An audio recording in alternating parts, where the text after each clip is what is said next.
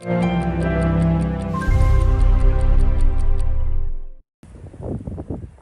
deadly blizzard pummeled Buffalo, New York, trapping people in their cars, causing power outages, and raising the death toll from a severe winter storm system that swept through the United States. By Christmas morning, the sky had cleared, but authorities in Erie County said the elements had left at least 7 people dead. We are in a war. This is a war with Mother Nature. New York Governor Kathy Hochul on Sunday called the blizzard that hit her hometown, quote, historic. And this will go down in history as the most devastating storm in Buffalo's long storied history of having battled many battles, many major storms. I have lived through most of them. I'm a Buffalonian. And all of us think in historic and epic terms, but this one is for the ages. Nationwide, freezing weather has caused 28 deaths so far, according to a tally by NBC News. A powerful winter storm that caused frigid temperatures from the northern Great Plains to the U.S.-Mexico border was moving east on Sunday after knocking out power to millions late last week and causing flight cancellations during the busy holiday travel period. More than 1,500 flights in the United States were canceled as of midday on Sunday, according to flight tracker FlightAware, as weather further snarled holiday travel. It once was the cultural heart of the city, but today, Mariupol's drama theatre is reduced to a roofless, rubble-filled shell.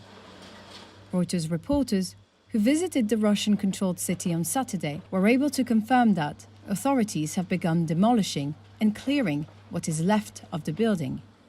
Ukrainian officials denounced the demolition as a bid to cover up hundreds of deaths in a March 16 bombardment and to wipe out Ukrainian culture.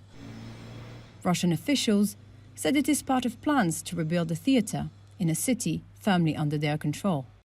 The bombing of the theatre was part of a protracted Russian siege of the southern port city, seen as critical to Russian supply lines. Civilians had taken refuge in the theatre, and the Russian word for children had been painted on the ground. Ukrainian officials said at least 300 people were killed during the Russian bombing, though some estimates said the toll was higher. Russia denied hitting the theatre deliberately. Hundreds of migrants prepared to ring in Christmas camped in the cold at Mexico's northern border, enduring the bite of a winter storm ravaging the U.S., all hoping for a swift reversal in U.S. migration restrictions. Among them, Beatriz Tenorio from Peru, traveling with her husband and their 5-month-old baby, who they swaddled in layers of clothing. Chilled, but happy to be on the move, she said. The U.S. Supreme Court ruled this week that restrictions known as Title 42 could stay in place temporarily. Implemented under former President Donald Trump at the beginning of the health crisis, Title 42 gave border officials the ability to rapidly expel migrants to Mexico without a chance to seek U.S. asylum. A federal judge last month ruled that Title 42 was unlawful in response to a lawsuit originally brought by asylum-seeking migrants represented by the American Civil Liberties Union, and set the restrictions to be lifted on December 21st.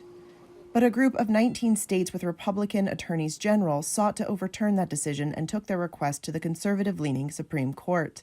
Now, many migrants along the border are spending Christmas weekend outside in what Mexico's weather service called a mass of Arctic air, or in bare-bones shelters with temperatures hovering near freezing.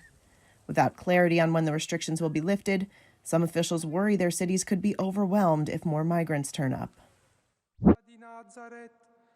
Remember the war-weary and those in poverty. That was a message from the Pope as he led the world's Catholics into Christmas.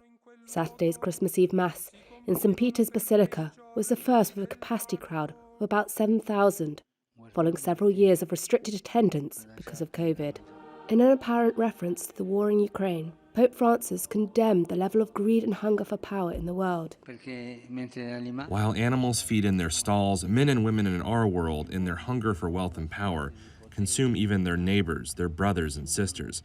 How many wars in how many places, even today, are human dignity and freedom treated with contempt? As always, the principal victims of this human greed are the weak and vulnerable. He went on to weave his homily around the themes of greed and consumption, urging people to look beyond the consumerism that has packaged the feast, and to rediscover its meaning while remembering those suffering from poverty and war. Earlier this month, he encouraged people to spend less on Christmas celebrations and gifts and send the difference to Ukrainians to help them get through the winter. A knee ailment prevented Francis from standing for long periods of Saturday's service. Instead, he delegated a cardinal to be the main celebrant at the altar of the largest church in Christendom. The Pope marked his 86th birthday last week and appears to be in overall good health. An Arctic blast gripped much of the United States Saturday, leaving over 500,000 without power, while also driving flight cancellations, as plummeting temperatures were predicted to bring the coldest Christmas Eve on record to several cities. Mother Nature threw the kitchen sink at us this time. New York Governor Kathy Hochul spoke of the deep freeze impacting her state. Buffalo Airport will be closed at least until 11 a.m. Monday. And so I think that's going to be, unfortunately, very disruptive to those who want to leave or arrive and spend time with family over the Christmas holiday. And also the roads are not safe. We've been hit with everything from wind and flash freeze and unprecedented high velocity of wind at almost 80 miles an hour in Buffalo and other parts of the state, very high numbers, as well as the snow, ice, flooding. So it's been a very tough one. Blizzard conditions remained in Buffalo and its surrounding county on the edge of Lake Erie in western New York Saturday, where between 4 to 6 feet of snow will fall by Sunday, the National Weather Service said. Around the country, fatal car accidents left at least 16 dead from weather-related accidents, according to media reports.